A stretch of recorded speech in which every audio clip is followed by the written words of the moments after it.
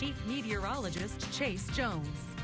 Well, we saw this steady all-day cloud cover and some light rain, and we're looking out for more of it as we still see that southerly flow hang out across the entire Concho Valley. Now, the temperatures are going to cool down pretty slowly underneath that dense cloud cover, but there's definitely more on the way. See, as we got down into those mid-40s last night, then we pushed up into those lower 60s, and we're cooling off pretty slowly right now in those upper 50s, but everybody else cooling off slowly with us across the entire region. 58 in San Angelo, everybody else in a combination, not really, of those mid-50s across the entire Concho Valley. 56 in Sterling City, 54 down there in Junction. We're seeing about 4 degrees across the entire Concho Valley, but not in the direction that we want. You can see the shades of blue way up there towards the northwest where some of that cold air is sinking in. It's going to be negative 16 degrees in Bismarck, North Dakota tonight. No, thank you. When we look at the dew points and the humidity indices in the 30s across the entire Concho Valley, while the humidity indices are in the 50s and the 40s off towards the east, still seeing some of those drier conditions as you make your way higher in elevation, but we could see a frosty morning as a result of some of these colder temperatures and that cold air sliding in from the north. Speaking of the cold air sliding in from the north, we're really sort of watching this cutoff low push a lot of moisture in from the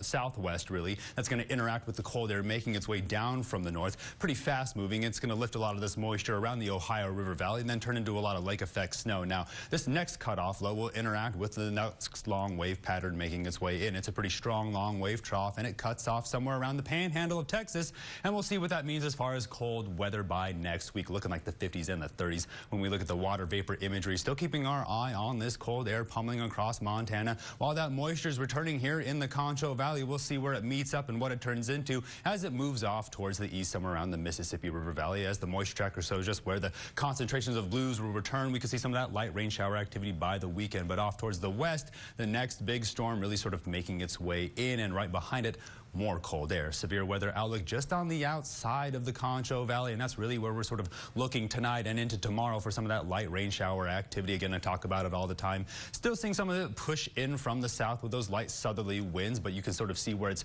scraping across the Sierra Madres now as we make our way sort of through the rest of the week. You might want to hold off on decorating. Take a good look outside the station. Great job, everyone. It looks fantastic. But by Thursday evening, we'll see those clouds push back in. By Friday morning around noon, you start to see some of that widespread thunderstorm activity, but it's not looking too severe, but pretty steady over the entire weekend. So tonight back down into the 50s. We'll see how much this cloud cover keeps us warm, but on the lookout for some of that light rain shower activity off towards the southeast. Then tomorrow into the 70s. You know that West Texas sun will definitely burn off some of those clouds, but as the afternoon rolls around, going to watch it push back in with that southerly flow. That will kick off some of that rain shower activity by Thursday, if not Friday morning. Then it's here to stay. Again, remember that strong cutoff low around New Mexico. It's going to move its way in slowly across the panhandle. That's where we can see those temperatures push back down into those 50s. Then we see some prefrontal warming pushes back up near that 70-degree mark, and then we drop with that cold front back down into those 50s. While those overnight lows hover around the 40s, then drop back down near those freezing marks. Stay tuned more at the break. You're watching KSAN News at 10.